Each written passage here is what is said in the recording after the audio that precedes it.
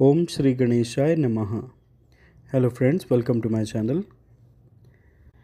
Listening to Bhagavad Gita's 7th chapter and its significance immensely pleases ancestors and get salvation.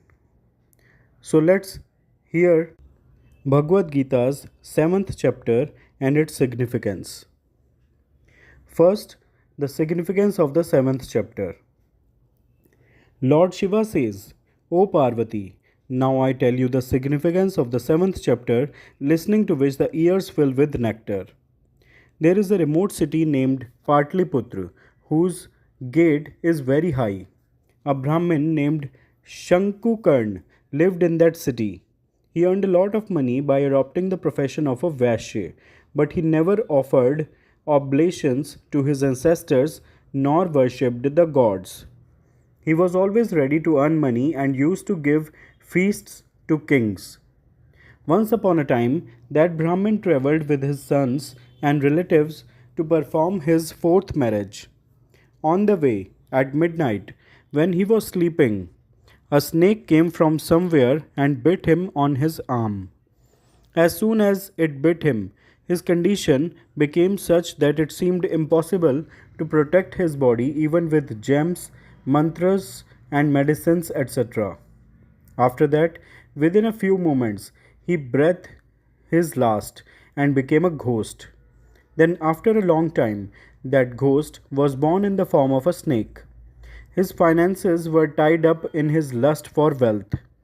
Remembering the previous incident, he thought, I have buried my wealth of crores of rupees outside the house and will take care of it myself by depriving these sons of mine. Suffering from the snake's womb, the father one day appeared before his sons in a dream and told them his feelings. Then his sons woke up in the morning and told each other about the dream with great surprise. The middle son among them left the house with a spade in his hand and went to the place where his father lived in the snake's womb. Although he did not know the exact location of the wealth, he determined it from the signs and reached there with greed and started digging the hole. Then a very terrible snake appeared from the hole and said, O fool, who are you? Why have you come? Why are you digging this hole? Who has sent you? Tell me all these things. Son said, I am your son. My name is Shiva. I have come here out of curiosity to take the gold here, astonished by the dream I saw last night.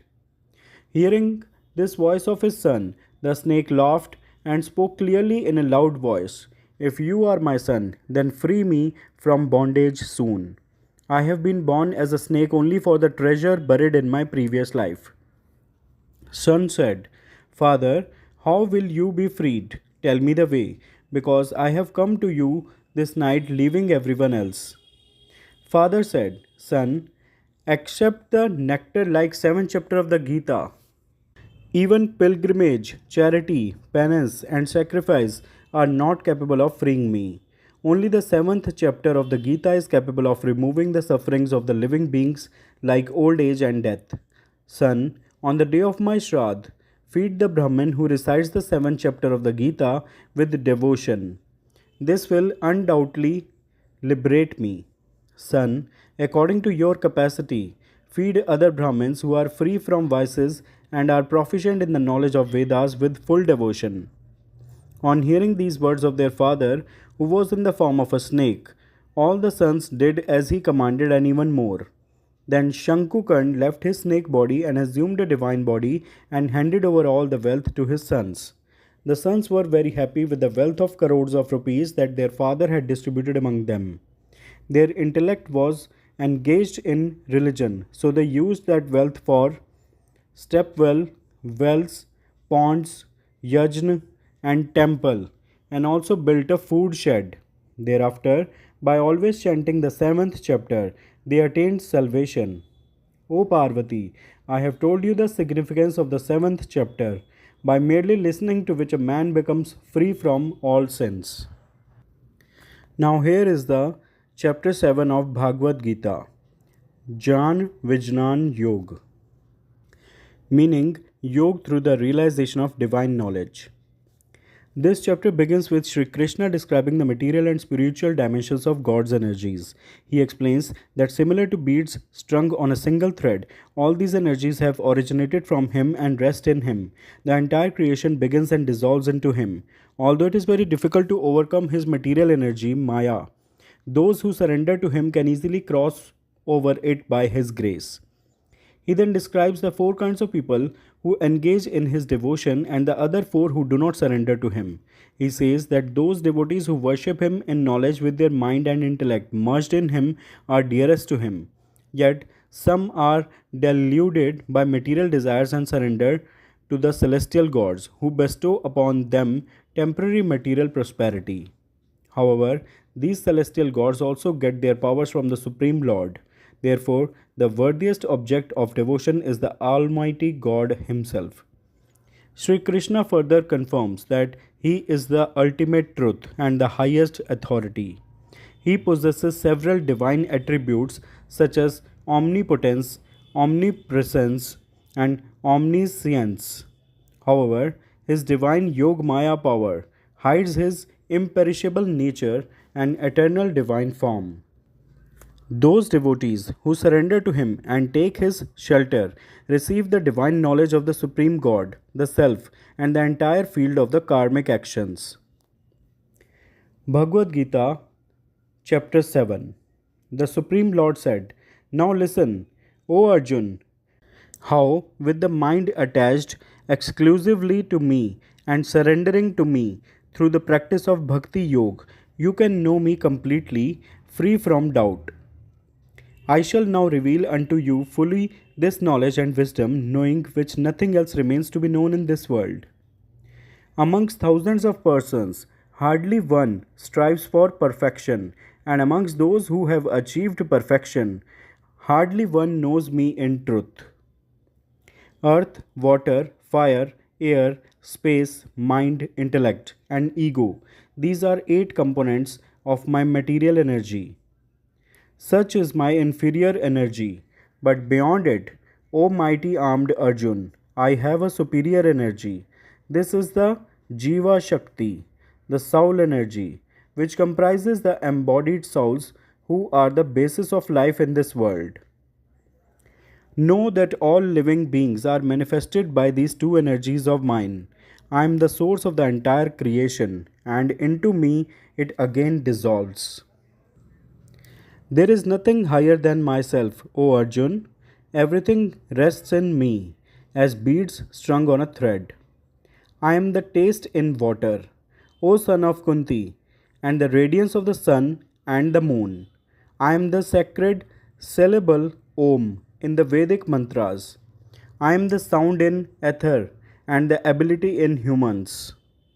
I am the pure fragrance of the earth and the brilliance in fire. I am the life force in all beings and the penance of the ascetics. O Arjun, know that I am the eternal seed of all beings. I am the intellect of the intelligent and the splendor of the glorious. And of the energetic, I am the energy devoid of passion and attachment. And in all beings, I am the desire unopposed to dharma, O Lord of the Bharatas. The 3 states of material existence, goodness, passion, and ignorance, are manifested by my energy. They are in me, but I am beyond them. Deluded by the 3 modes of Maya, people in this world are unable to know me, the imperishable and eternal. My divine energy, Maya, consisting of the 3 modes of nature, is very difficult to overcome, but those who surrender unto me cross over it easily. 4 kinds of people do not surrender unto me: those ignorant of knowledge, those who lazily follow their lower nature, though capable of knowing me, those with deluded intellect, and those with a demoniac nature. O best among the Bharatas, 4 kinds of pious people engage in my devotion: the distressed, the seekers of knowledge, the seekers of worldly possessions, and those who are situated in knowledge. Amongst these, I consider them to be the highest, who worship me with knowledge, and are steadfastly and exclusively devoted to me. I am very dear to them, and they are very dear to me. All those who are devoted to me are indeed noble, but those in knowledge who are of steadfast mind, whose intellect is merged in me, and who have made me alone as their supreme goal, I consider as my very self. After many births of spiritual practice, one who is endowed with knowledge surrenders unto me, knowing me to be all that is. Such a great soul is indeed very rare. Those whose knowledge has been carried away by material desires surrender to the celestial gods. Following their own nature, they worship the Devtas, practicing rituals meant to propitiate these celestial personalities. Whatever celestial form a devotee seeks to worship with faith, I steady the faith of such a devotee in that form. Endowed with faith, the devotee worships a particular celestial god and obtains the objects of desire. But in reality, I alone arrange these benefits. But the fruit gained by these people of little understanding is perishable.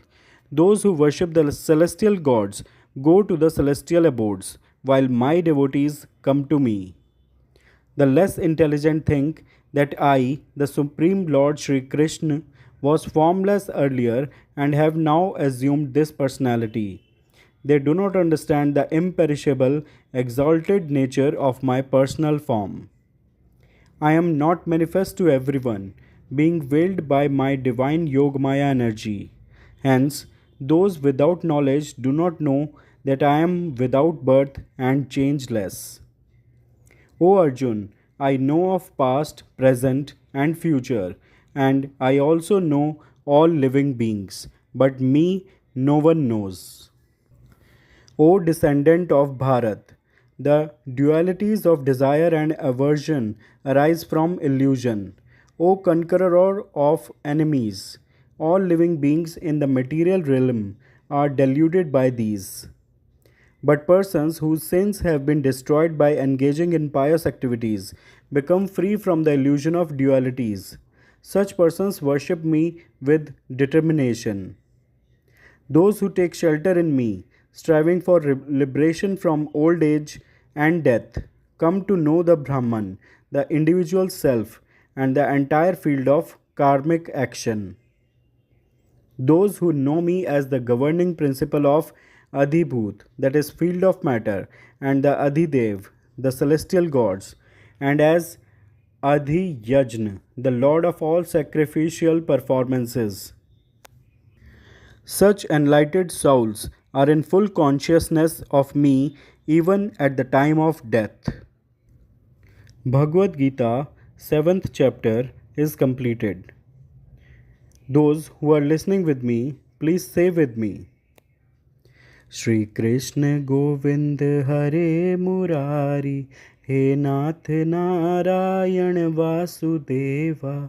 Shri Krishna Govind Hare Murari, He Nath Narayan Vasudeva. He Nath Narayan Vasudeva. He Nath Narayan Vasudeva. Shri Krishna Govind Hare Murari, He Nath Narayan Vasudeva. Friends, please like and share this video. Also do subscribe the channel if you have not already done so, as you will get updates related to Sanatan Dharma, Hinduism, upcoming festival dates, etc. Thanks. Jai Shri Krishna. Jai Shri Krishna. Jai Shri Radhe Krishna.